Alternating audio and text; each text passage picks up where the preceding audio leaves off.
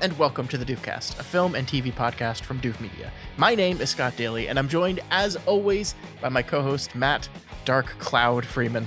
How's it going today, Mr. Cloud? Well, I'm not big or strong or smart or fast, but I can podcast pretty well. It's the least skilled at all things. However, I can do this one thing really well. It's endearing that I'm so self-effacing, you see. Sure. I mean, frankly, if it's between hanging out with you and jumping off of a cliff into a misty waterfall, I think we both know what I'm picking. What an ambiguous statement. This week on the show, it is once again time for our monthly feature we call here the Doof Canon, which is a list of the greatest films that we've seen. Matt, why don't you explain what the Doof Canon is? Well, once a month, the people who donate to us on Patreon at the Council of Doof level get to collectively decide on a movie for the community to consider for entrance into the Doof Canon. Scott and I and maybe guests will meet, talk about the movie, and then present our case for why it should or should not be admitted. But as always, we are leaving the final decision up to you folks listening at home. So stick around, listen to our arguments, and then use your brain and make a decision. You can find a link in the show notes of this episode, which will send you over to our Patreon account in which there will be a vote. You do not have to be a patron to vote. You just have to exist. You can click that radio button and press submit whether or not you're a patron. That's right. Matt, what has our council brought for us this month? This month, the council has nominated the 2000 wuxia film Crouching Tiger, Hidden Dragon. In a land of eternal beauty and infinite mystery, a legend was born.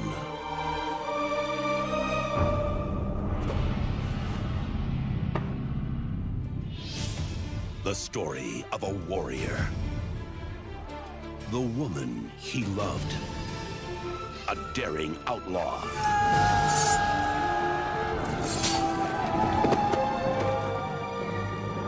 And a princess destined to become a warrior.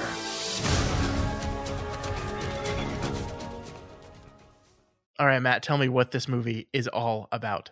After a young Chinese warrior steals a sword from a famed swordsman and then escapes into a world of romantic adventure with a mysterious man in the frontier of the nation.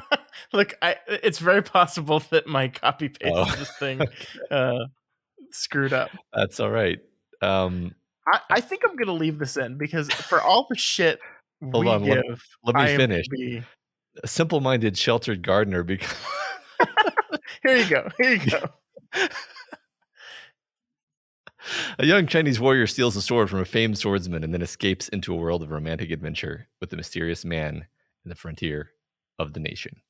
That's much better. I'm leaving it in. It's important that we give IMDb its due when it's the fault is ours and not the IMDb. It's funny because I copy pasted that in and I very distinctly remember having this thought like, that looks like too much of a summary from what I just looked at. And then I just moved on with my life.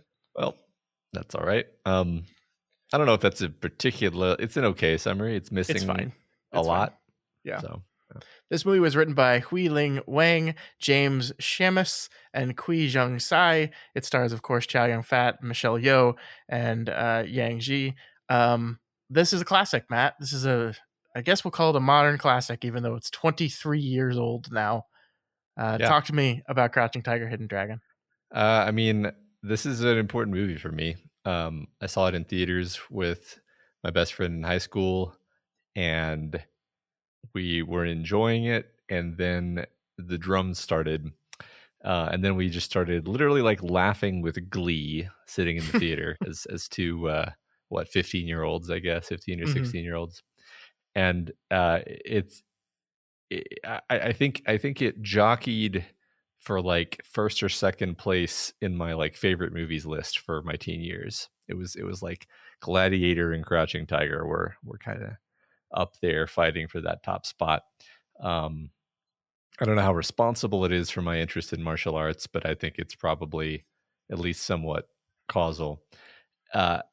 I think aside from all of those biographical details, which is not what you asked about actually, um, I still think it's a fantastic movie. It's a very unique, incredibly well made, special gemstone of art, and we're lucky to have it. What do you think about it? Yeah, and I think, in my opinion, a lot of what I want to talk about today is kind of the why of that. I mean, I think certainly we're going to talk about the movie and analyze the movie and talk about what we think works really well about this movie. But one of the most fascinating things to me is how this became such like a ubiquitous worldwide phenomenon. Mhm. I think this was a very important movie to me too. I think I saw it when it came out. Yeah, as you said, 15. I'm pretty sure this is like the first Chinese film I saw, and it's like I mean, it is Chinese, but it was like, it was like a co-pro between an American studio and a Chinese studio. Like, this thing was not it was kind of built to be an international thing, but it was still a really surprise hit. And I find it fascinating that this movie was as big as it was, because yeah, this came to the States and was huge here. Yeah. Um and it was really my first introduction to these type of films, to Chinese film in general, to martial arts film. Like, I'm pretty sure I had not seen any of the Hong Kong Jackie Chan films prior to watching this movie. But this was my gateway to everything Chinese martial arts for sure. Yeah, me too. Um, yeah, I mean, it definitely that I think that's what makes it special is it is a synthesis kind of taking the best of both worlds where now I have seen a lot of these classic Chinese wuxia films, etc. Hmm. And the cinematography in this movie is just totally stunning. Hmm. Whereas for those movies, generally that's just not the priority. The priority is they're basically action comedies usually. Sometimes just action movies. Sometimes you know often they can be dramatic. Like there are some that are you would say well shot by sort of current day standards, but this movie every frame of it is beautiful, Hmm. from the beginning to the end. There are just these amazing vistas there are these shots where it's just depicting like the beautiful artistry of like the clothing or the architecture. um it's really showing the beauty of the martial arts in a way that it's not that wuxia films don't capture the beauty of the martial arts, but it's showcasing it, I think, in a way where it's almost like the film is aware that it's showing this to people who aren't expecting to see what they're about to see. Yeah, Like even the way it unrolls the idea that the people can basically fly is it's like it- it's like it's introducing this to the audience, even yeah. though the Chinese audience would have been very well familiar with that as an idea. Yeah, I like that because it definitely slow rolls it, right? Like, it, Mhm. it would be one thing if we start with the fight up in the bamboo, Mhm. like, but we really kind of slowly introduce the concept and ramp it up over time to where we're building up to that bamboo fight, where Mhm. they're basically just flying. Yeah, yeah. And yet the thing I love about it, about the wuxia style kind of floaty combat, is it still has rules to it. Like, I love when they're fighting on the bamboo, and like she's trying to knock him off it by like stamping on it, and it's Mhm. not working, and then he jumps off and the bamboo stalk raising up into the air throws her off of it. So despite the fact that they're flying, there's still like a certain amount of gravitational rules they have to follow, and I Yeah. I I love it all. I love it so much. Yeah, it's I agree, like the fighting um is incredibly good. Like I'm pretty picky and I don't talk about this on the show very often because I think it's annoying to listen to somebody complain about like, yeah, that was not a very good punch that he threw. It was clearly didn't connect. And um because it's like what's the point of that? It's a movie. But like this movie still stands above, head and shoulders above even the sort of action fare that we kind of take in stride today in Western cinema, at least. It's just so clean. It's so perfect. It's so well shot. Timing is excellent. The like consequences of everything are perfect. Like think about the scene where they're fighting in Shulian's dojo, or her security fortress or whatever it is. Yeah. And they're and other than the fight being awesome, like they're destroying furniture and they're smashing cobblestones and they're destroying weapons, and it's like each of those moments is actually an effect shot if you think about it. Yeah. And it's an effect shot that requires that the actors be like perfectly doing the thing to make it look like, yeah, you just smashed that, chair or whatever with your spear or whatever. But everything is so perfectly sold, and it all had to be practical. Obviously, I don't actually know how they did the flying. Like the flying is so good that you just forget that it's a Yeah. movie. You're just like, yeah, sure. It's movie magic is what it is. I mean, if I probably just harnesses, right? I mean, it feels like it's kind of harnessy at times, but yeah, I mean, I totally agree with you. Um, we talked about that scene in the dojo when we did our 5 favorite action scenes, Mhm. top 5, like gosh, over a year ago.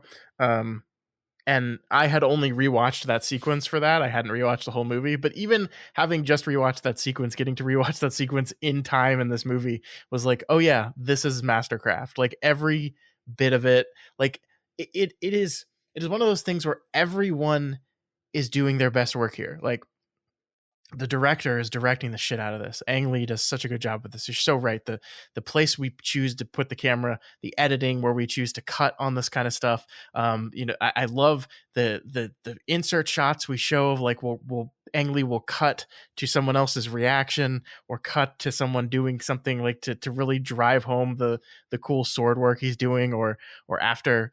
I think one of my favorites is when Michelle Yeoh's got the big heavy, like I don't even know what it is. Looks like a big giant metal baseball bat. Um, and like uh, uh, Jen's been like hitting it with the sword, and you see all the pock marks in the sword, and then it's a cut to the sword that's like shaking and vibrating uncontrollably, and like she Mhm. can barely hold on to it. Like all these little tiny bits are telling a story of the action sequence as it goes on, and it's just brilliant. It's just absolutely brilliant. Yeah. Um, Yeah. I was blown away. Like this is a 23-year-old movie. You are so right. Since I have watched this movie, I have seen countless action sequences. I have seen some of the best action choreographers, stuntmen, actors, performers, editors, directors. Like I've seen it all, and the fact that this still holds up as well as it does is nothing short of remarkable. Yeah. Yeah. I love it. It's great. It's beautiful. It's funny that we focused. I mean, it's not funny. I guess it makes sense. We focused almost entirely on the visuals, and the action and so forth. And I think that's fine. That's probably what kind of stands out about the movie. But the story also always really, I thought was great. Like it's this very kind of unique, very bittersweet, poignant tale of tragedy and love. And it's, I don't know, it's just I always thought it was a great kind of dramatic story that was pretty unique. Like apparently it's based on like a serialized um story by a Chinese author from like the early 20th century, and it's just so interesting and unique and kind of fresh. And I was reminded of how much I liked the story because I hadn't thought about the story a ton in the intervening years since I last watched this movie, and just kind of remembered like, oh yeah, this was this really interesting, subtle, complicated story about these characters. It's got all these themes about, basically gender roles, but with a kind of a cultural spin on it that makes it feel fresh and interesting, because it doesn't really fit quite in with any of our preconceptions exactly. Yeah. Um, and the character, it's sort of manages to be like a character driven story.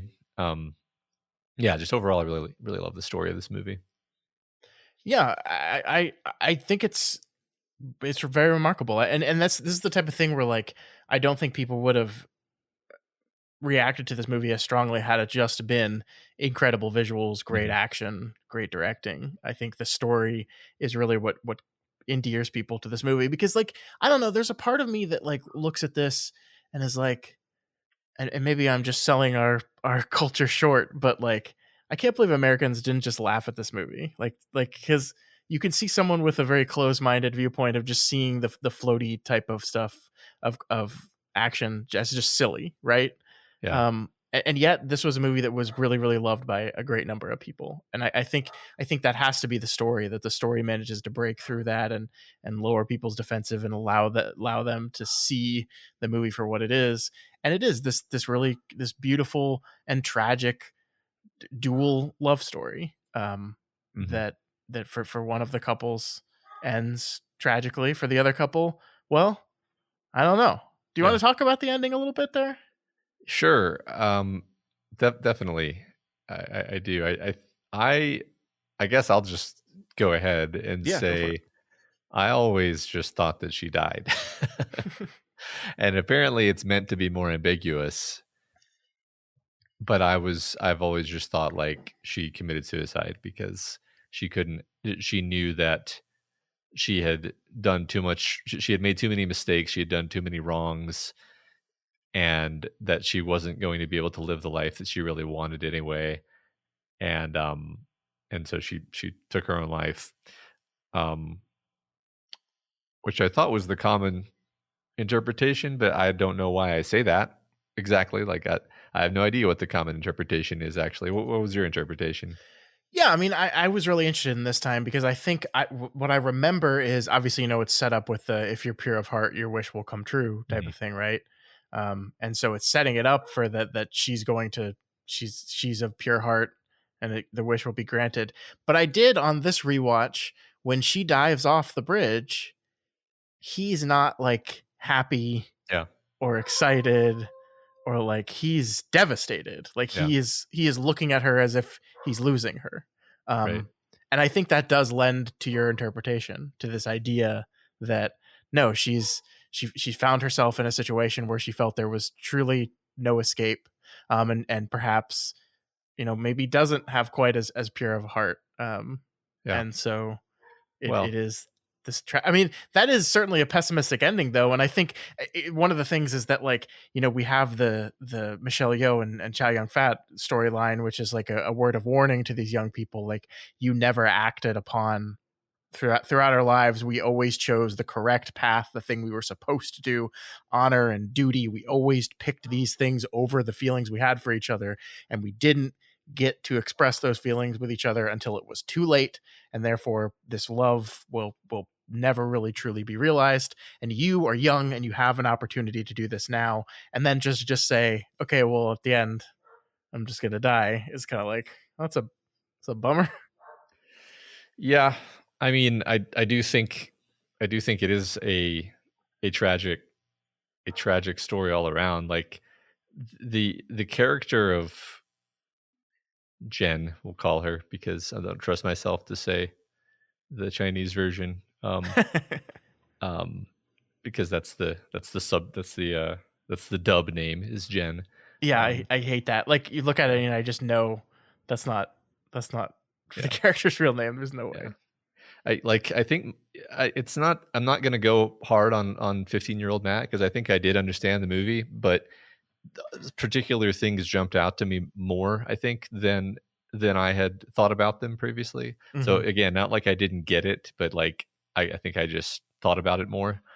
The idea that she's depicted as always being unhappy with her role, right? She runs away from her family in the Hmm. desert, right? She Yeah. sort of the excuse is that like, oh, he stole my comb, I'm gonna get my comb. It's like it's not about the comb, it's about she's trying to run away from her life because she finds it boring, and she dreams of adventure and freedom, and she dreams of like what she perceives to be this romantic way of living. And like she's this deeply romantic, kind of fantastical person.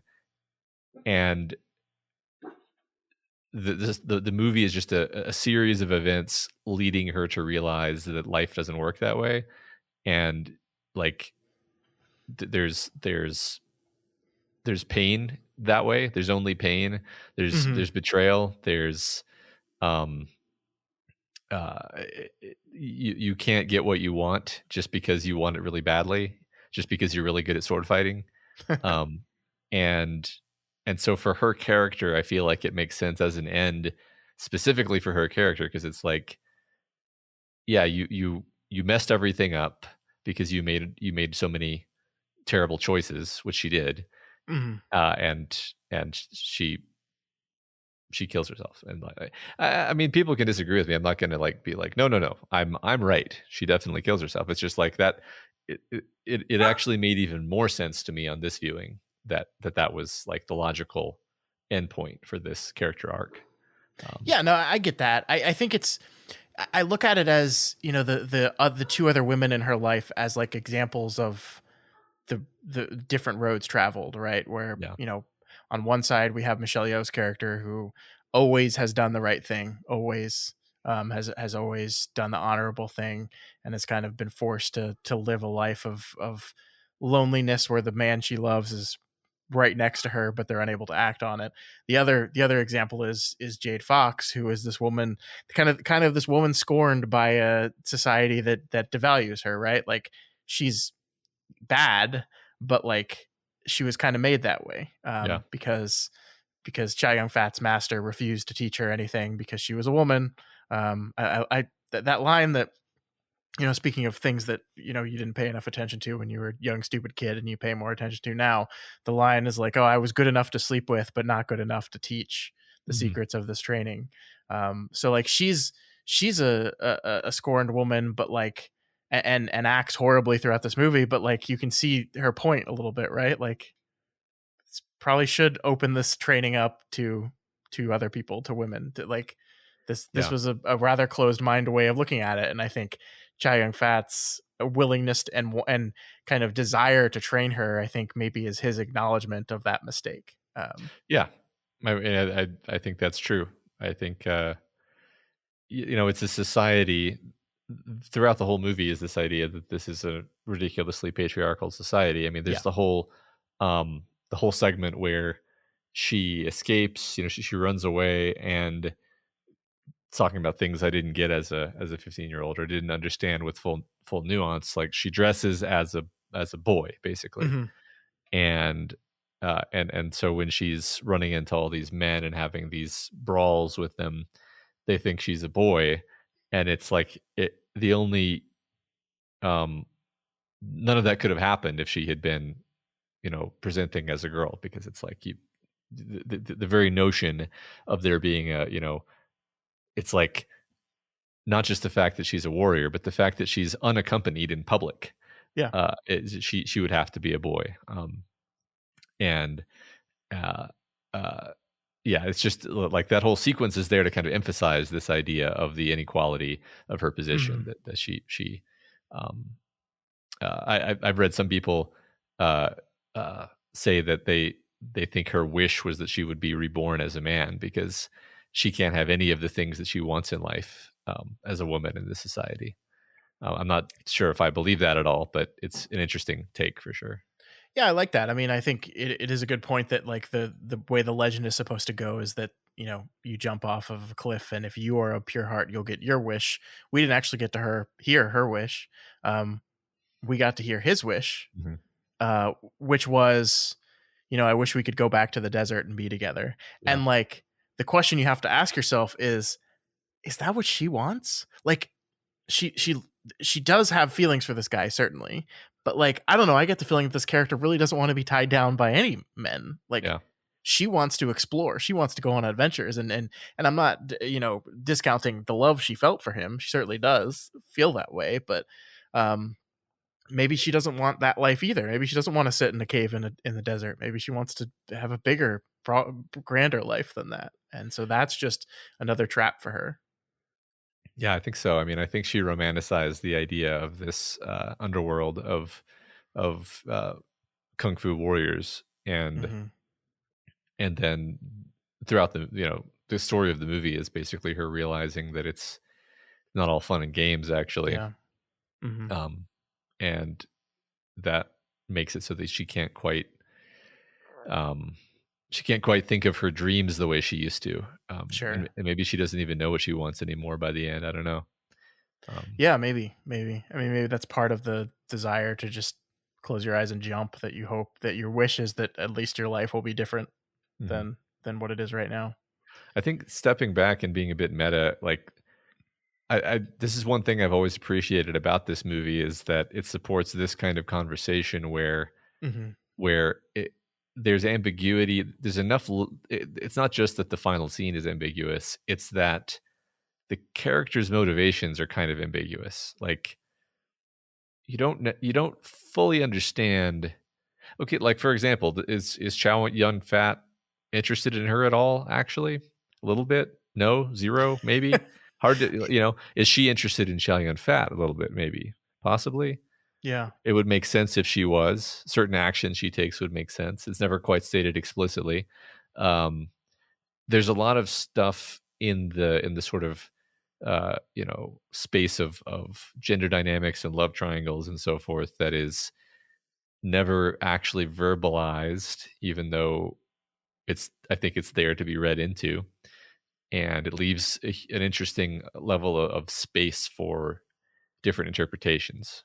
Yeah, I mean, you're so right, because like these are things that I totally forgot. I forgot when he sees her near the end of the movie in the rain soaking wet, Hmm. and like the first thing she does is kind of open her shirt a little bit, right? Yeah, right. And then say, what is it that you want? Do you want the sword or do you want me? Hmm. And he, like, Chow Yun Fat plays this character so interestingly because he's so guarded about the way he feels. Yeah, Like so much throughout the movie, like he says immediately, like, I want to train you. Like he's immediately, but he doesn't say that it's to correct my master's mistake. He doesn't say what has got him so interested in this girl.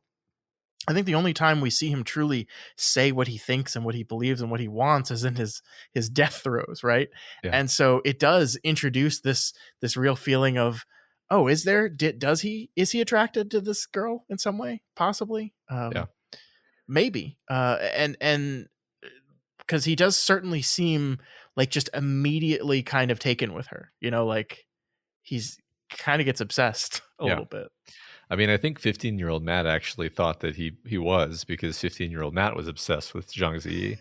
Um, but Very uh, beautiful woman. I mean, holy shit. yeah, Like yeah, for sure. incredibly beautiful woman. Yeah. Yeah, yeah. Just overall, I've always enjoyed like talking about this movie with people because I think partly because it's a subtitled film, and partly because there's kind of a cultural gap, and partly because of just how the movie is written Hmm. to be ambiguous. You can have these almost like endless conversations about like, well, what about this? Like, you know, the nature of her relationship with Lo. I think that's his name. Sorry if Hmm. it's not. It's endlessly fascinating because it's got some there's some very different readings that one can make on that relationship, Hmm. and uh, just how you should think about it. Um, Yeah, because it is something that kind of starts, like, you can call it beginning with kidnapping, right? mhm. And he is very possessive of her, right? Yeah. Like, I think one of the things he says is to Chow Yun Fat and Michelle Yeoh is that she's mine, right? Mhm. Yeah. That like he's here for her because she's mine. And so it does, it is interesting. You see like this construction of dual love stories happening, but how much of their love story is a love story is a question that the movie kind of wants you to ponder to yourself. Yeah. It is interesting because I remembered it wrong. Like I kind of remembered it as being like, oh, he kidnaps her from the caravan. Hmm. Somehow in my mind, I erased a chunk of the movie where no, he does not kidnap her from the caravan. She runs away from the caravan from her mom who has fainted to chase him into the desert, and then yada yada yada. Um, kind of eventually gets into a situation where you know it, it's it's so interesting because again, there's the ambiguity. It's like, does she want this the whole time? Hmm. Or is he forcing himself on her? Or but like she could have left. Yeah, it's just this like sustained ambiguity in the whole situation. Yeah, yeah, it's really interesting. and it I think what you read into their relationship, I think is what you will bring to the final interpretation of what happens at the end. So Yeah, I like that. um so I mean, that makes it a very fun movie to talk about for sure.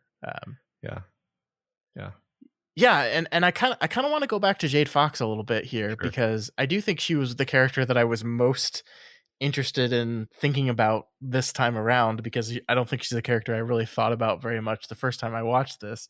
But it is really fascinating that she's this, this woman that is essentially a mother figure for Jen. Teaches her everything she knows about the martial arts, and of course we see that her quote unquote daughter surpasses her. But she is that kind of bad parent character we've talked about so much in all of our other shows, that like can't stand the fact that their progeny would surpass them, would Mhm, be better than them. Like, that is, we've talked about before, that is kind of the ultimate goal of a parent, right? Is that my kid is better than me, is mhm. more successful than me, happier than me, like all these things. And she can't stand that, and she grows to hate her. And so she says at the end, like, my one companion, my only enemy, is this really fascinating turn of this character who was basically a teacher and master and mother, uh to her. Yeah, yeah, she's a great villain, but more complicated than just a villain. I mean, she Yeah. she does, and I think the performance is great too. I really think that she cares about Jen in a maternal way, but Yeah. at the same time, she deeply cares about like her identity as this warrior, and Yeah. because Jen has stood in her way and kept her from being the ultimate uh, uh, warrior that she could have been. That's just an unforgivable betrayal, even though she does have these warm feelings toward her. Mhm. It's yeah. I mean, definitely there's sort of interesting lines to be drawn between um, um, Michelle Yeoh's character and Jade Fox, because they're sort of these two different versions of an older woman who has tried to make a life in this world of kung fu masters, and Yeah. um, sort of both been marginalized in different ways. Although Michelle Yeoh's character has kind of chosen to have a good attitude about it.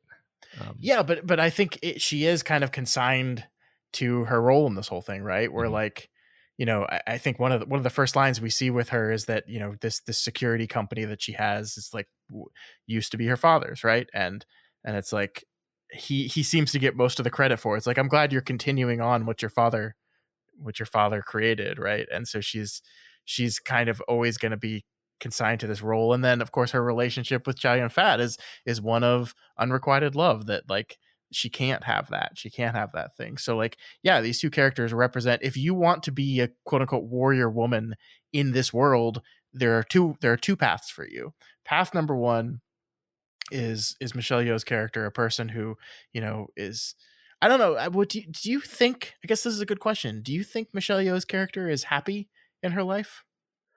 um, I think that she's found some kind of contentment in her work, but also she's clearly pining for Chow Yun Fat, Mm-hmm. and um, I think she's accepted her place in the world, but I think her main source of suffering comes from the idea that there's this man that she's really hopelessly in love with, who, debatably whether she knows that he has feelings for her, but they're just never going to move on it, and so it's just Yeah, this source of endless pining frustration. yeah, I agree. So for a young woman like Jen to look at this and say, okay, that's path one. Path two is Jade Fox, this woman Mhm. who goes kind of the more outlaw renegade version of this, and it ultimately destroys her, right? She, like, even if she had a good point at the beginning, that the frustration she felt at this man who would not let her into this facility, would not let her into this dojo, would not train her, just because she was a woman, that was righteous anger. It destroyed her, and turned her into a monster by the end of it. And so you're this young girl saying, these are my two options. This is my life. I could turn into a monster, or I can turn into a kind of slave to honor and duty. And Mhm. I don't like either of those choices. That neither of these things make me happy. And so Yeah. that does support your idea of, so I'm gonna jump off a fucking bridge and hope I get my wish. Yeah, I love that articulation. I love what you just said there. I mean, it does. It is sad because it's like, I think because we watch too many movies that are feel good movies. Ultimately, you're kind of like, God, I wish that she could have just forged her own kind of third way. And it's like, Mm-hmm. well, I think in the real world, there's not always a third way. Yeah. The world does not necessarily need to provide you a convenient hero's journey pathway of self actualization. She was, you know, I, I've thought about this before, but I don't think I've ever articulated. Like, Lo shows up out of nowhere. Nobody knows him from Adam. Yeah. And Limu Bai is like, I'll write you an introduction at Wudang Mountain. And then later you see him and he's just like there at the mountain, like monastery. Yeah. And he's like, I guess he's going to learn to be a kung fu master, I guess. What did he do to deserve that? Yeah. He did nothing to deserve this and I honestly think it's like he is a man. He's a man who showed up and they made him a kung fu master. and for a woman to achieve that is almost impossible. She had to throw away her entire, her family, kind of ruin her family's reputation, and even then it probably wouldn't have worked out because it's just not accepted in this society. Mm-hmm. Yeah. I really want to frame. I was thinking about this as we were talking and kind of formulating this thing, and I actually think, Jen's leap at the end is kind of just Thelma and Louise, a little bit there, right? Like this kind of indignant statement of freedom. Spoilers for that movie, but that ends with the two women, rather than rejoin this male driven society that is abusing them and spitting them out and giving them no power, they drive their car off a cliff and end into, I mean, in the logic of the world, certain death, but there's this sense of real freedom and pushing back against the society there. And I think I feel that in Jen's move here as well. This act of freedom and defiance, and we don't see her fall and die, right? We see her fly off, and whether that actually happens or not, that whatever. But it becomes this statement of independence and freedom and choosing one's own life.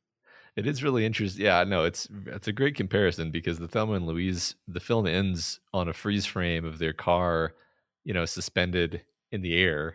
Yeah. And I think when we talked about that movie, I commented something like, I think the movie would have just landed entirely different if the camera had just rolled for another 30 seconds and shown the car smash on the rocks and explode and the women die, which is what obviously was inevitably going to happen. Sure. And the same is true here. Like, by leaving it ambiguous, it leaves us with a little bit more of a wistful feeling of melancholy. Whereas if it was just like, no, she's dead, she died, that's a different feeling that you walk away from it with, I think. Yeah. So ultimately, she made a choice that was hers, and that is the thing you can celebrate, whether that's what the end result of the movie is or not. Yeah, I guess you could say, to cryptically reference the book that we're covering on Kingslingers right now, that was the right choice one way or the other, because either she's going to get her wish magically, not that we have any real reason to believe that this world has that kind of magic in it, but sure, she's going to get her wish magically and go back to the desert, or she's going to die. And as far as she's concerned, both of those outcomes are better than her life as it is now. Yeah, no, I like that. Gosh, what else do you want to say about this lovely movie? This movie won 4 Oscars. It was nominated for a whole lot more than 4. It was Yeah. nominated for Best Picture. It was nominated for Best Director. It didn't win those, unfortunately. But the music is what we should talk about. It did win. It did. That's what it won for. It won. It won Best Score. Yeah. It won Best Cinematography, earned, and it won Best Score. Yeah. Yeah. So talk to me about the music.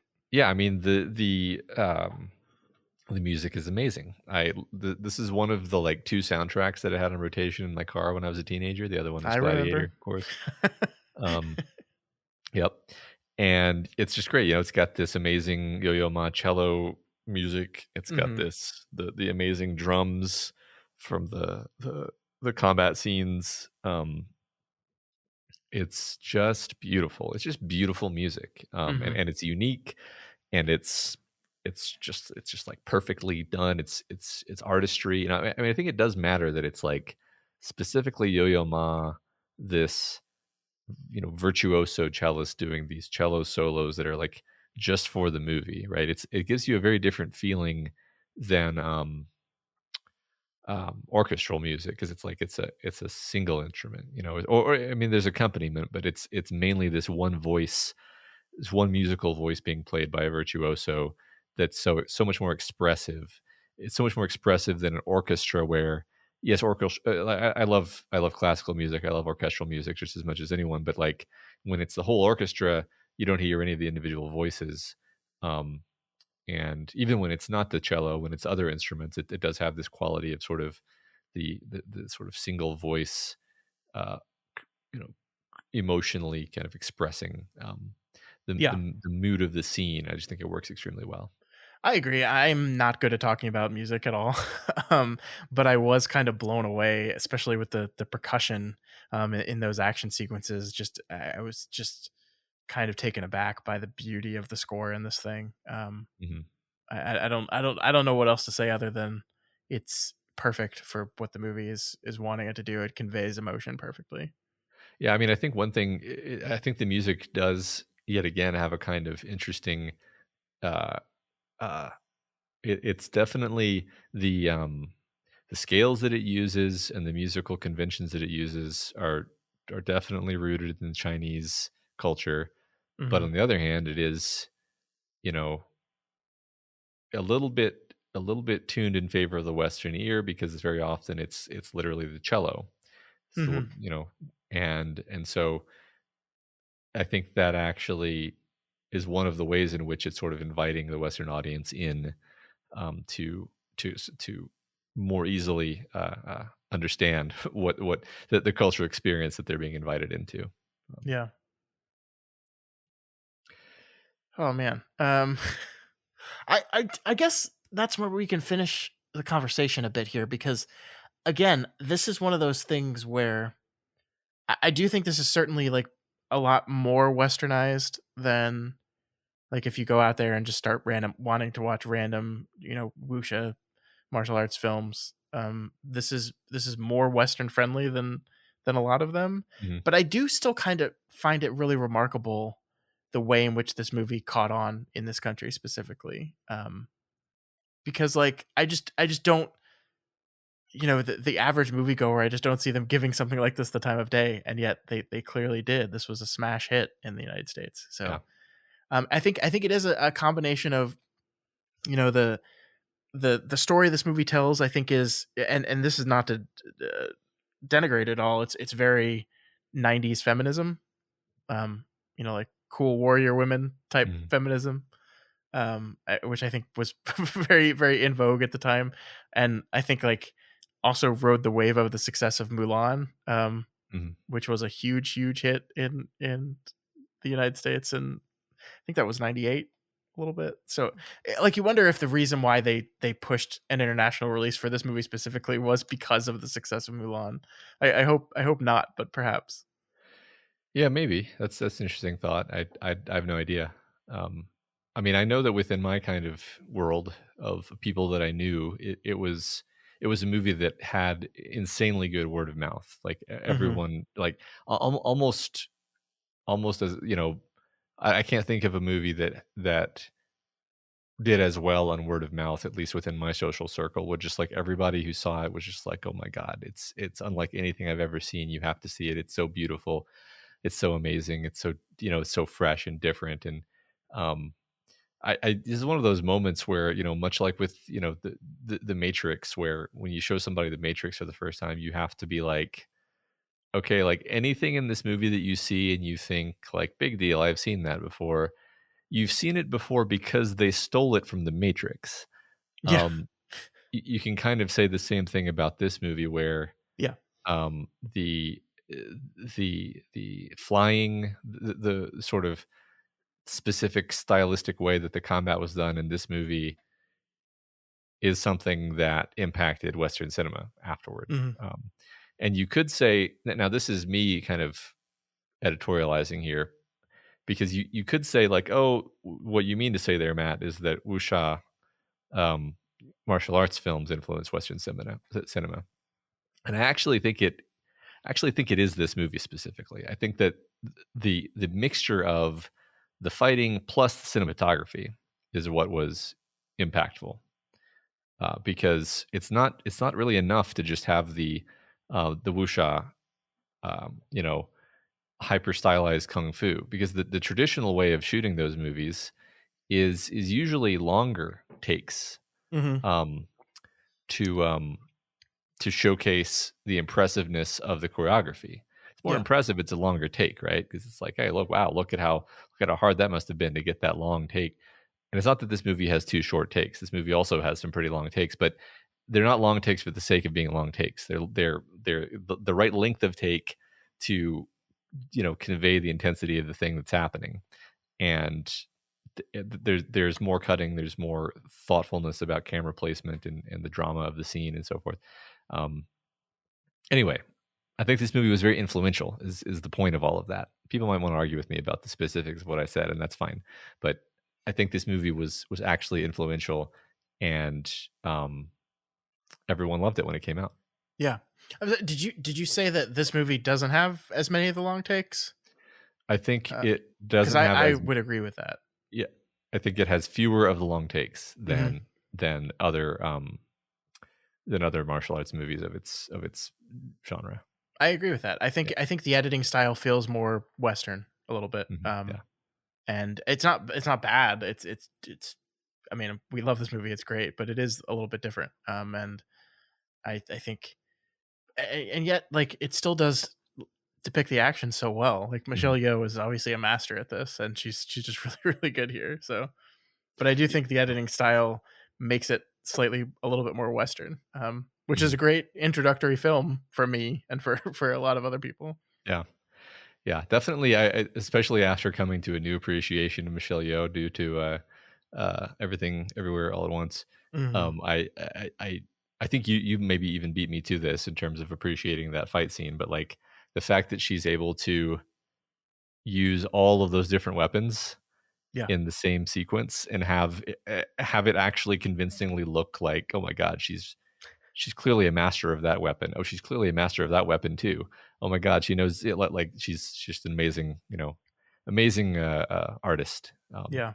in I that love when way. she picks up the one thing and can't lift it, and Yeah, then goes and runs back and picks something else. I yeah, love that. This movie has a good sense of humor too. yeah, yeah. It does. It does. Yeah, I mean, and the we haven't talked much about the sword, which is the central MacGuffin of the plot a little bit Mhm. here. But I've always loved that sword. I love the design of the sword. I love the effectiveness of the sword, the way it just chops through other metals when used on the sharp edge. Yeah, I really really like that sword. yeah. It's it's a lightsaber. Yeah, basically. Yeah, I definitely had to get me one of those swords when I was a teenager. Did you get Um, one? I mean, I got a Tai Chi sword, which is what that is. Hmm. And the blade wasn't as like flexible. I mean, I didn't get, the Green Destiny. I got a similar type of sword. And then it, stayed in my closet for its entire life, because what am I going to do with a sword? But that's okay. Um, Hmm.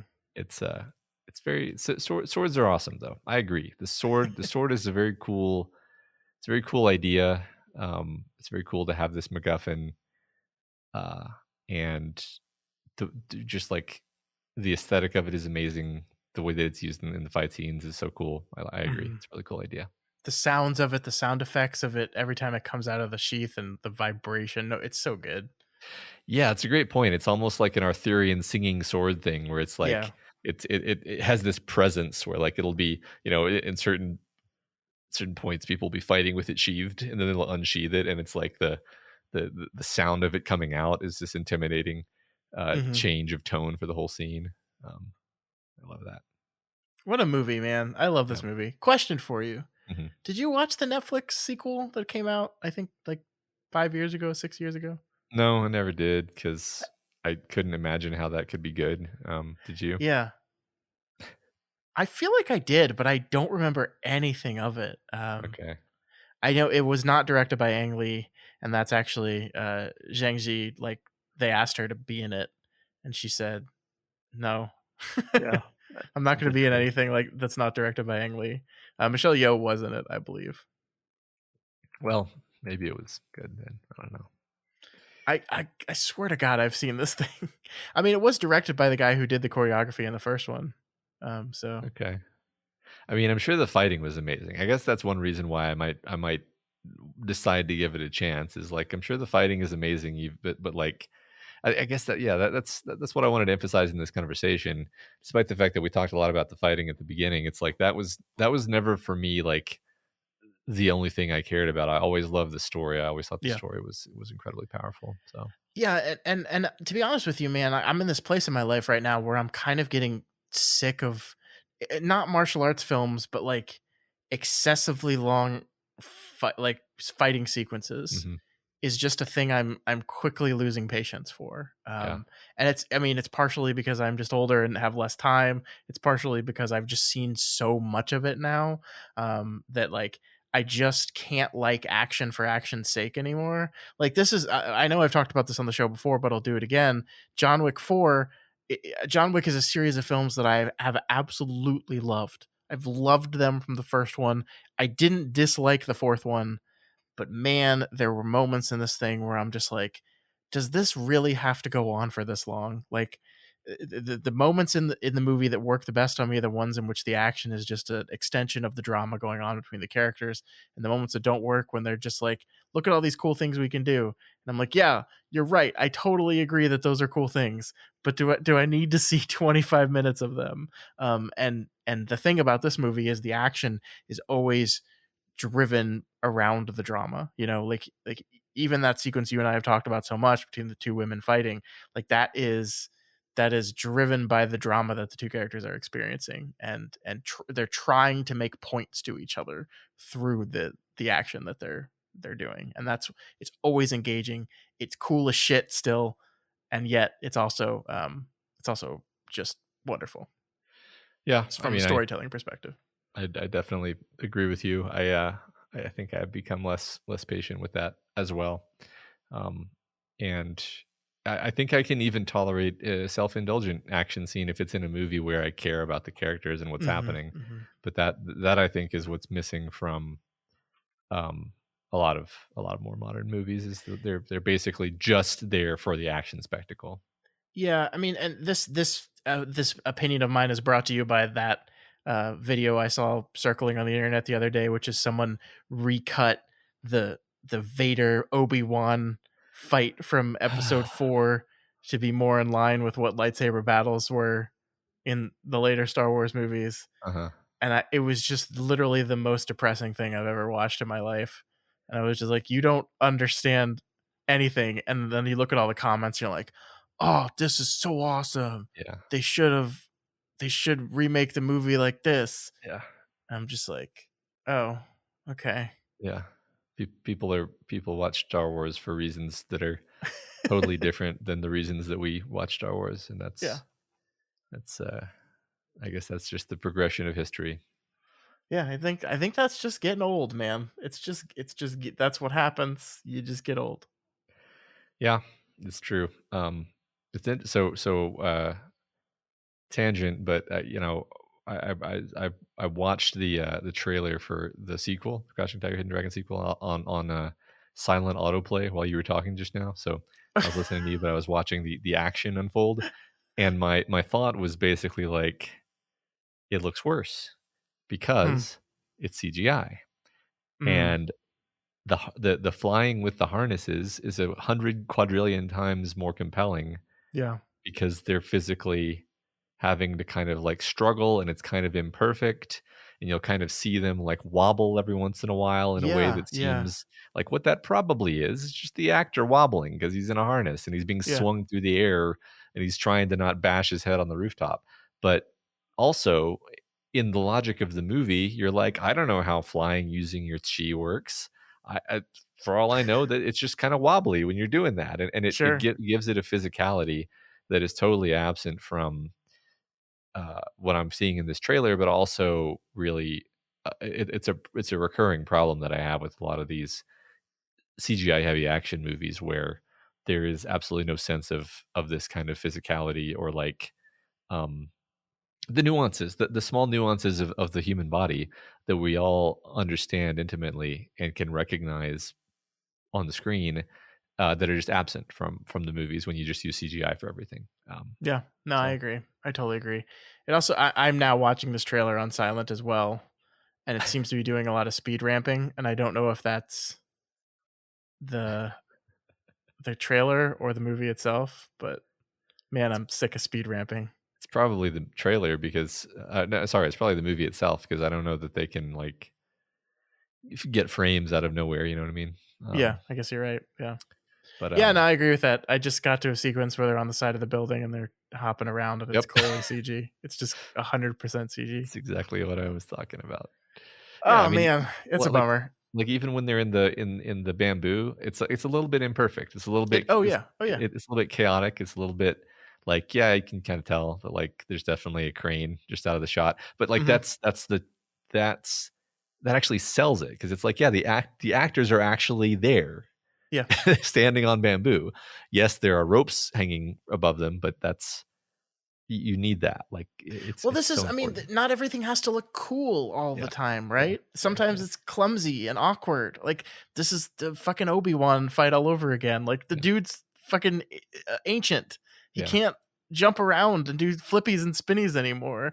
And these people, when turns out, when you're flying up to a bamboo stalk and balancing on one tiny piece of bamboo 100 feet into the air, you're kind of going to have to fight to hold your balance. And so you can't always hold the super cool, awesome pose. But we can do those poses on anything, anywhere, at any time now yeah. because we have CG and it takes something away. We sound Actually, so old when we make these arguments, but I think we're right. I think I we're right. legitimately think we're right.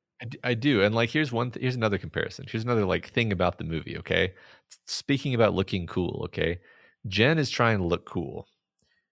Limu Bai is just standing there Yeah. casually, relaxed. He's always just relaxed. He's never Yeah. trying to look cool. He's just got this mildly amused expression on his face, and he's standing there, and he's what are you going to try now? You know, oh, okay, that's funny. And it's like it's making a mockery of the idea of like the cool poser. Like Yeah. Jen is the poser, and he's like, I'm actually cool. I wear robes and I have a tonsure haircut, and I'm just I'm somewhat portly guy, and it's like there's no there's no um uh there's no try hard from Limu Bai, but he's clearly the coolest character in the movie. Matt, And that's just and like contrast that with this trailer where it's like everything in this trailer is so over the top. And like you said, the speed ramping, like it's all like, look how cool these characters are. Look how cool they are. They're so cool. Look at their yeah. poses. Yeah. Oh my God. Yeah. Damn you, Snyder. This is all Yeah. your fault somehow. It, probably. Yeah. I can't believe you just described Chow Yun Fat as portly though. You know, Just because he has fat in his name doesn't mean you can do that to I him. think it's just the way that he stands, where he's just Yeah. so relaxed that it's like he's pushing his gut out to emphasize how relaxed he is. Yeah. I'm sorry he can't look like an MCU hero, Matt. Yeah, no, you know what? This is I'm gonna take the L here because it's like I've watched nothing but these steroid actors for so long that just looking at a normal man in an action movie role, I'm like, he's way too fat to play this role. Oh God. What has the world done to us? Yeah, seriously. No. So I think we're ready for the vote, and I think we've made it pretty clear what our vote's going to be. I think this is like one of my favorite movies ever, and I was so happy that it's held up, because I don't think we said this, but like for both of us, it's been a while since we watched this movie. Like it Mhm. probably more than a decade for me. Yeah, possibly more than a decade for me, which is kind of shocking since I called it my Mhm. favorite movie. It's not exactly the most intense movie. Let me rephrase that. Like it's kind of slow in places, Yeah, and that makes it where you're never just like thrilled to rewatch it. But I think I was kind of pleasantly surprised rewatching it this time, realizing like, hey, it's not a boring movie. It's well yeah, paced. It's just got stretches that are more slow and about the characters and about the building relationships and stuff. yeah. So No, it's such a fun movie to immerse yourself in, to really like turn everything else off and just let yourself live in it for 2 hours. yeah, It's easy yes for me. This will be movie number 2 for Michelle Yeoh in our canon, and don't have any qualms with that at all. yeah. That's perfect. Excellent. Yes. So we haven't. The one thing maybe we can finish on is Ang Lee as a director, um, who is a director that I quite like. Is this the best thing that Ang Lee's done in your opinion? Yeah, I don't have his movies listed in my brain. Um, Let me quickly Well, we look got the through them. Hulk movie. Yeah, we got the Hulk. We got Brokeback Mountain. That's definitely a good movie. I Did he win the director Oscar for that? I can't remember. I don't remember either. I mean, Life of Pi was a great movie, but I have weird feelings about it that had nothing to do with his directing. Um, I've never even heard of some of these. And Gemini Man, I never saw, but I'm pretty sure it was not super well received. I did not like that movie. He was trying something with. I think that's the one in the high frame rate, Uh, as well. That's the double Will Smiths, right? yes, yes. Yeah. Um, yeah, I Um, think this might be his best. This is definitely my favorite of his movies for yeah. like far and above. I really did like Brokeback Mountain, and he did win and a directing Oscar for that movie. Cool. Did he win for Life of Pi? I know Life of Pi did really well at the Oscars. Don't know. Let's see. Let's see. Did he win? God, why is IMDb so slow these days? He won Best Director for Life of Pi. Yeah, so two Best Director Oscars. Wow. Yeah, I forgot that he got Best Director for Life of Pi. That's interesting. Mm-hmm. Okay. He was nominated for Crouching Tiger, did not win it. So he Okay. he should have 3 really. He should have 3. You're right. And he hasn't done anything since Gemini Man, which was 2019. He is apparently directing a movie called Thrilla in Manila, which is the Ali Frazier fight. No idea when this movie's supposed to come out, but he is directing it. That sounds awesome. Yeah, it does kind of, doesn't it? Yeah. Yeah. No, I mean that's gonna be great. And it's written by Peter Morgan, who's the writer of the TV show The Crown, and he's written a lot of movies I quite like. So, I'm into this actually. Come on, Yeah. Ang Lee, make this come out. I want to watch this. That's gonna be great. Yeah. All right, so I think it's a double yes from us this month. For sure. Yeah. Yeah. But now we turn it over to you, our listeners. Like we said, there will be a link in the show notes of this episode. It will take you over to our Patreon account where there will be a yes and no vote. Vote for whichever you want.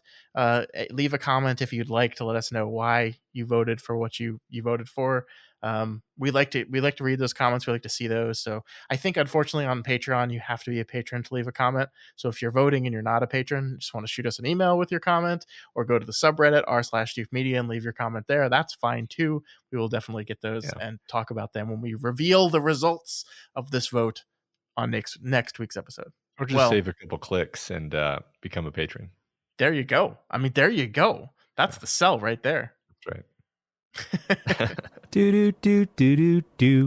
Doof. All right, Matt, before we left for the week, we had a few things we wanted to talk about.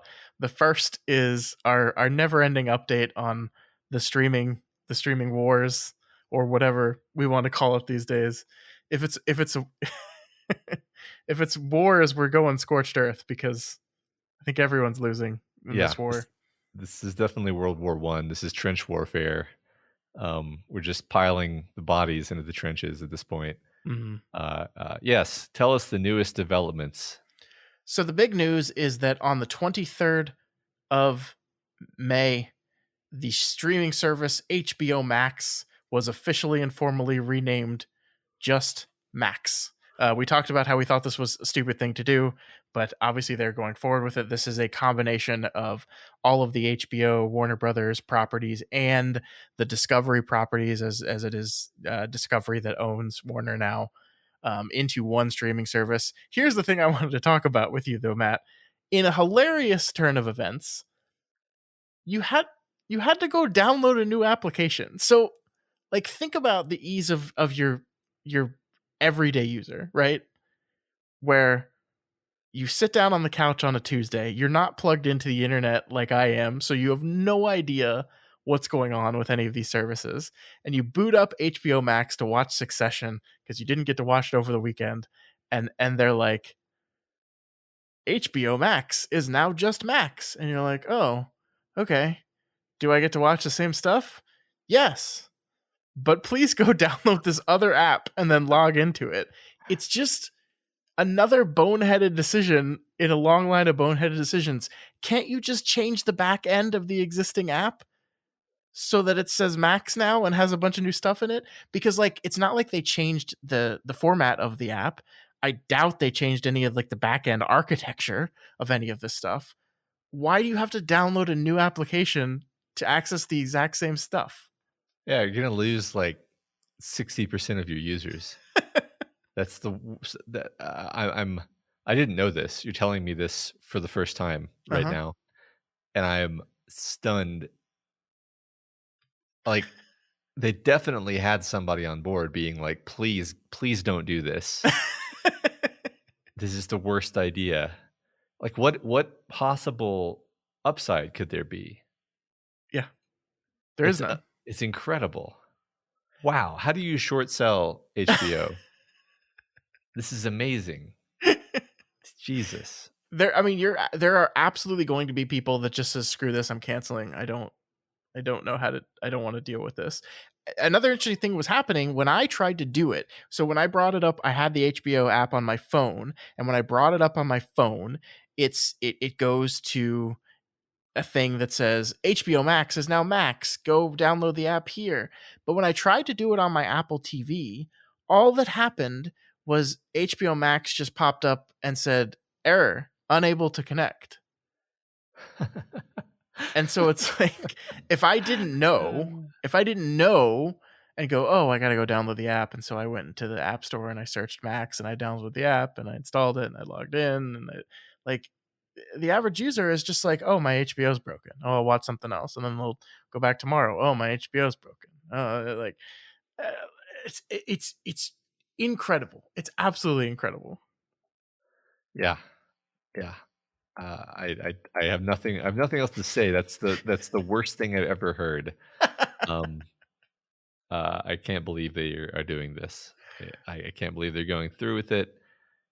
The amazing lack of judgment on display by the management of all these streaming companies is remarkable, and has really calibrated my expectations. Like I think we can compete with these people, Scott. You know, I don't see why not. We're going after them. We're gonna go because honestly, I don't think you or I, have ever made a decision as stupid as these executives at these massive companies. So we'll just need to keep on the glide path, and we'll just we'll get there. I'm so excited about this. We're gonna do it. We're gonna make it happen. I suppose this is another time to introduce to you Netflix's new anti-password sharing thing. Oh, please. Have you heard about this? No. So this has been a thing that they've been talking about doing for a while and have actually already put in place in other countries. Netflix obviously wants to crack down on your ability to share your Netflix account with other people.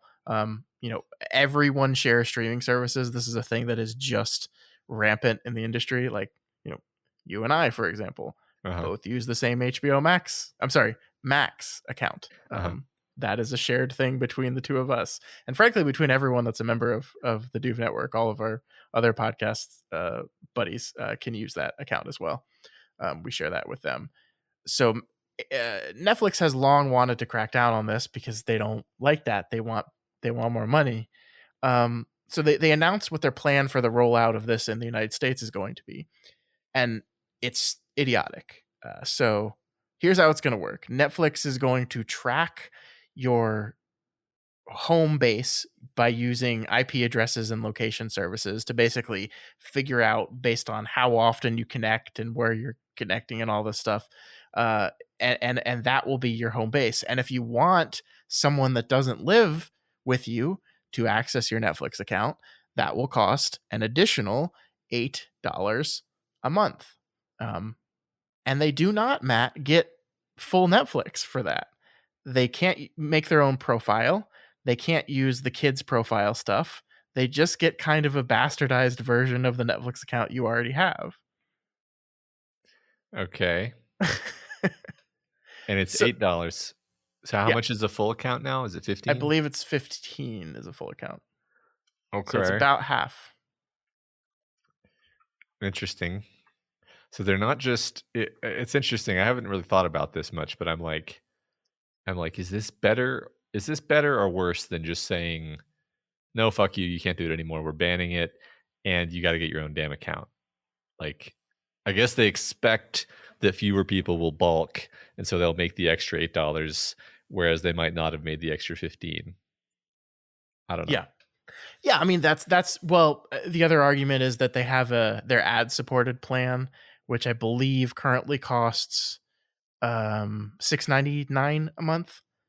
So you could say that their argument is the people that don't want this switch from sharing to the ad supported plan that costs $1 less, and you get full Netflix, but then you also have ads, and they make more money off of that than a regular subscription account. I don't know. Like I do think it seems like such a bad deal that it seems like intentionally their way of saying we don't want you to do this anymore without actually getting the bad headline that is Netflix disallows password sharing, you know? Right. But I Yeah. just there's so many headaches that this is going to cause. Like, what if you have? I mean, the first world problem. But what if you have two residences? What if you travel a lot for work? Like how is this going to actually work? Yeah. I totally agree. I mean, yeah, like as you said that, I was imagining like, so basically you lose the ability to just sort of casually log into your Netflix account, regardless of whether you're, traveling, like you just said, in a hotel room. Maybe you've got kids, you're trying to just like sit them down with Netflix while you're on the, in the airport or something, very, very normal. It's like, oh, no, you're not in your home base. Uh-oh, we're going to totally screw up your whole user experience. And maybe they're okay with that. Like, I guess that's, I think we sort of continually questioned whether Netflix is going to survive. And it's like, well, maybe they've realized like, yeah, the only way we survive is actually to make our product worse in some ways, but at least we have at least we can, okay, like put it this way, like if there are, if the median Netflix user, if the median Netflix account is actually, serving like 10 to 15 people, and they say, no, we're not going to, we're going to change this. You're going to have either multiple accounts or you're going to have to use this $8 thing or whatever it is. Now they could be making 2 or 3 times as much money or even more. Yeah. Because some of those people are going to say, screw this, forget about it, I'm not going to do Netflix. And some of those people are going to pay up. Yep. And that's their bet, I think. Yeah, I mean, like they say, if we get a conversion rate of even 20%, maybe we're making some money off of this. Yeah, I mean, we meme about these companies a lot, but they have a lot of data driven analytics that's looking at this stuff and having reasons for why they're making these decisions. They seem absurd and ridiculous, and I think there's a lot of people that are going to just say, fuck this, I'm out. But obviously they think that they can position themselves to make more money this way. Yeah, I think you're right. And I mean, it's a really interesting time, right? Because the upfronts just happened. I don't know if you know what upfronts are, um, No. but this is basically the time of the year where all of the big television studios go to big advertisers and try to sell ad slots for them. And Netflix, for the first time, because they have an ad-driven service now, made an appearance at the upfronts, and they were, kind of selling Netflix as a new frontier for advertisements. Like they're saying a lot, like, we can do all these personalized things. Like you can tell an ad that has a story across multiple ads because we can track which of those ads the users have seen, and like all these things that you can't do on television. But from a consumer's perspective, you're like, oh my god, this sucks, it's gonna be so annoying. um, I don't like watching commercials already, and now you're gonna like try to narratize the it's just like, oh my god. um but it's just an interesting time because now they're showing up at upfronts, and they're trying to get into this business, and the way they're selling it is they see this as a hugely lucrative thing that they want to get into. And it's a wild time. Yeah, it's always funny when you see something that is clearly aimed to make your life worse, but it's being sold to advertisers as like a really cool idea. Yeah. Um, And there is part of me that like heard that initial thing and was like, oh, that is a cool idea. And then I thought about it from a consumer's perspective, and I was like, no, it's not. That's a terrible idea. I'm gonna hate that. yeah, I think I'm just going to continue to wherever possible just pay people money instead of having to watch ads. Yeah. Which is what I'm pretty happy with that decision, honestly.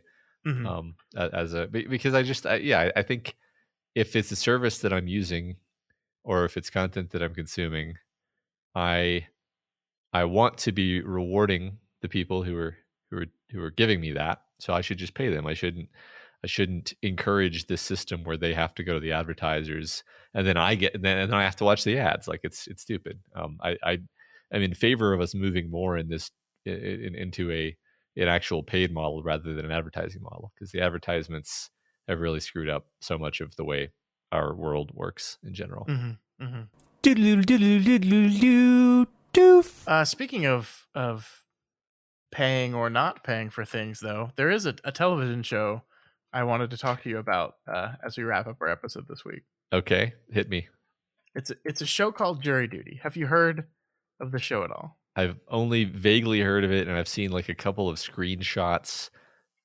I just don't know. I have no idea what this is really. So lay it on me. All right. So Jury Duty is a mockumentary about jury duty. It is on, I believe it's on Freevee, which is a completely free streaming service that is like it's Amazon Prime's like free version, I think, that is ad driven. You don't have to pay any money for it. But the concept of this thing is that it's a mockumentary about jury duty, except one of the participants is not an actor. He's just a guy that thinks he's having jury duty. And so the rest of them are actors who are improving and basically creating this absurd situation and seeing how this one guy reacts to it. One of the jurors is James Marsden, playing James Marsden, or at least like an egotistical asshole version of himself. And that's the basic concept of the show: is these 12 people go to jury duty. One of them is a real human being that doesn't know he's on TV, or at least I think what they told him is that when they do like the reality TV like interviews, that he's on like a documentary that's like recording what the experience of jury duty is like. Um it's a really fascinating show, Matt, because it's a show that is kind of, I mean, obviously the Truman Show is the first thing that sparks into your head when you hear this concept, right? I guess. I mean, I didn't think of the Truman Show. What I did think was, how is this legal? Um, so, yeah, similar thought, I guess. Yeah. Yeah, I mean, because they basically, the way they force all these jurors to hang out with each other is they sequester the jury very quickly into the trial, and so they're living in a hotel for 3 weeks. But I'm assuming he signed something that made it legal. I don't know, but I mean, the fascinating thing about it is it's this thing that relies completely on the one guy that you picked to do this, Mm-hmm. right? That they looked and they tried to find the perfect guy to be the guy for this, because you think like how all the different variables of things that could go wrong. Like, I'm already thinking about myself in this situation, and they put him in this with all these characters, and all these ridiculous things keep happening, and a lot of these people are really freaking weird. And like, my reaction would just be, I don't want to hang out with any of these people. I'm just going to Uh-huh. spend all my time in my hotel room, and then and then go do my duty of the jury, and then get the hell out of there as quickly as possible. But like, this man that they found is like one of the nicest people ever, where like you have these ridiculous characters. Like, one of them is just like a guy who like is really interested in like artificial enhancements to himself, and just like keeps bringing in all these weird gadgets and shit that like everyone else just makes fun of. And he loves this kid, and he helps give him a makeover.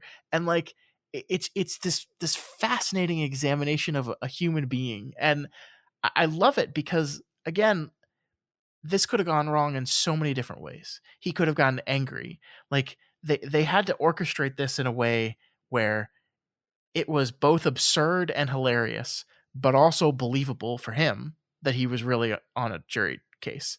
And so, like, if you read about the show, one of the things they say is that, like, if they had a day that was particularly ridiculous and they think he's starting to suspect something weird is going on, they would just say, okay, today we're just going to have a regular jury day.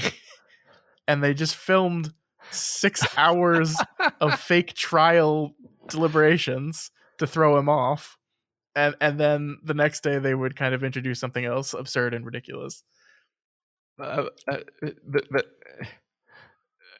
so, can you legally tell someone that they're on jury duty, but they're not on jury duty? I mean, I guess so. Okay, Nobody sued this production into the ground, so evidently so, I guess. I'm suddenly very worried. Suddenly very worried that I'm on various Truman shows. If this is legal, it's legal to just have someone be in a thing where you're like, well, this is definitely like a government mandated thing, and I was told I have to be here. It's just really fascinating to me the ways in which this thing could have gone off the rails. But this guy is like, not only did they find someone that's actually like super into the role of jury duty, who actually was invested in this completely fake case, but they also found someone that just is the nicest guy to all these random weird characters that surround him, and he's always interacting with them, responding to them.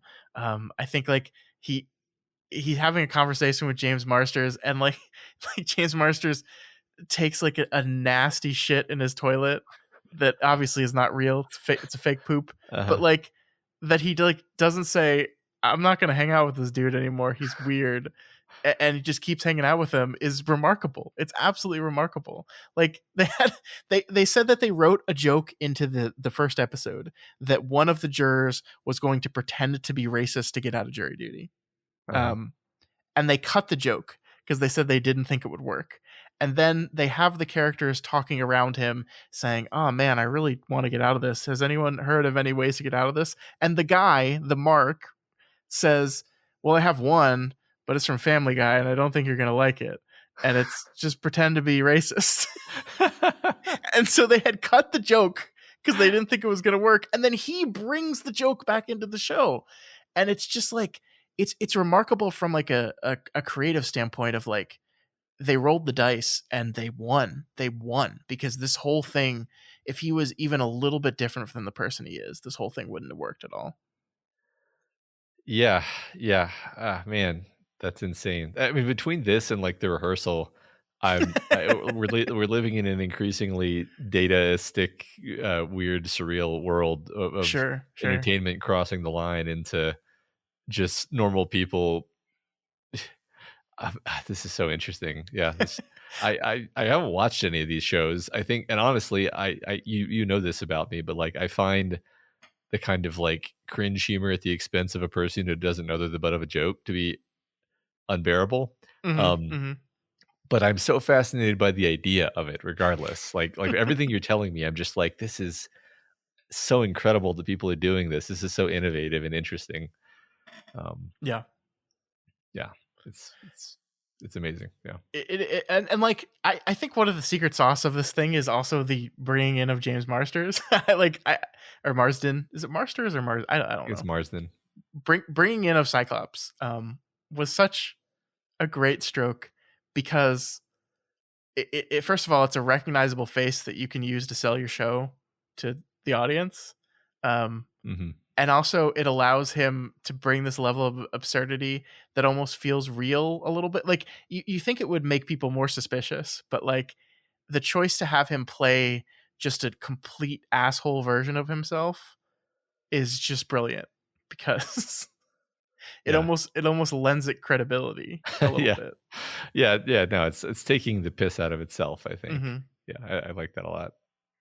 Like I forget what happened. I forget what the movie was, but like he was talking to him um about all the movies he was in, and then I think it cuts to him in the interview booth and he was like, or no, I think he says to James Marsters that he didn't like that movie at all, the movie that he was in. But then the next day he comes to jury duty. This is before they have sequestered them, and he brings a copy of a DVD of a movie that he was in that he's like, I watched this one and I liked it, and he brings the DVD to show it to him, and it's just like, this guy is adorable. Oh my god.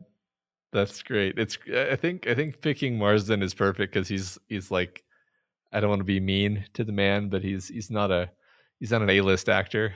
No. But he's definitely been in a bunch of stuff that I've enjoyed. So it's Hmm. like you could easily buy somebody just not really having awareness of him. Hmm. Yeah, that's great. And so the excuse the show gives for why the jury has to be sequestered is because James Marsden's trying to get out of jury duty, and so he hires fake paparazzi to come meet him at the trial, to take pictures of him to argue to the judge that he's too famous and he'll be a distraction.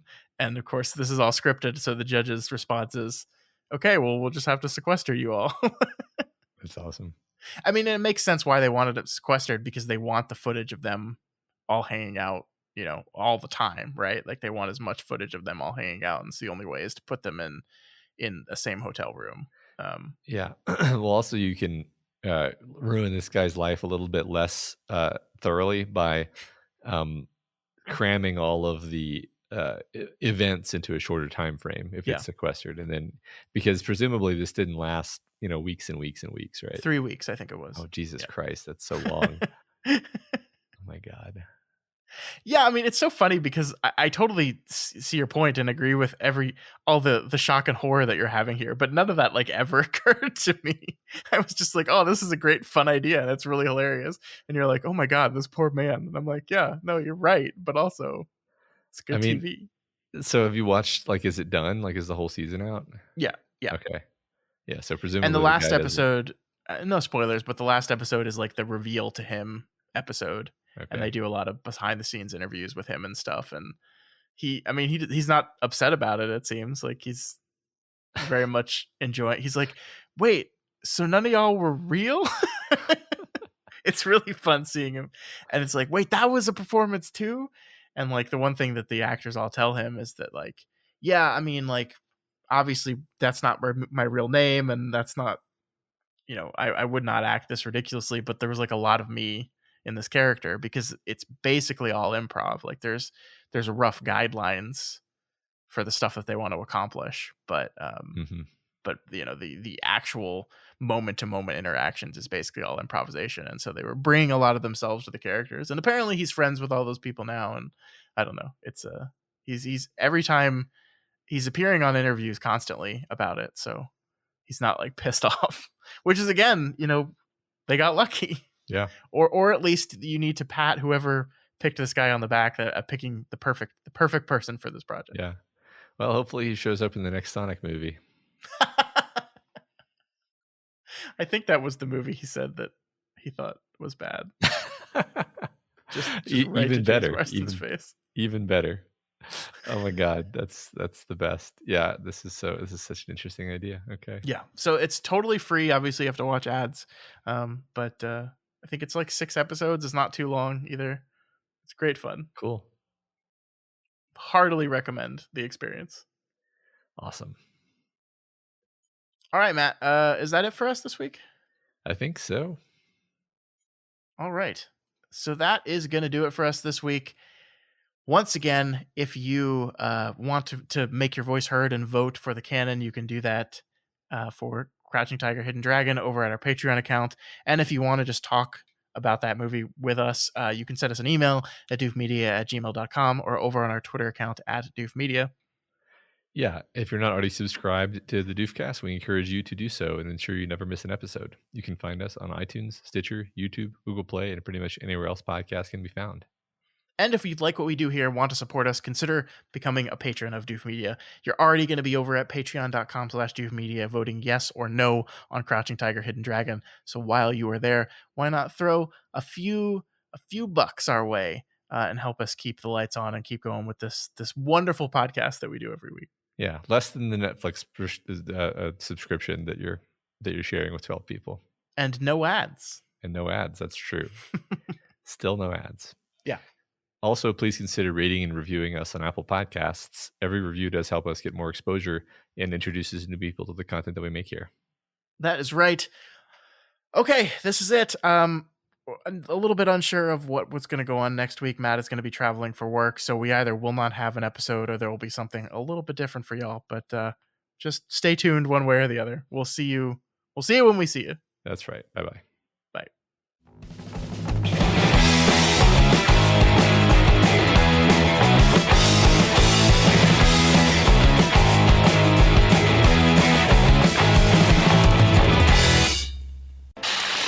My name is Doof, and you'll do what I say.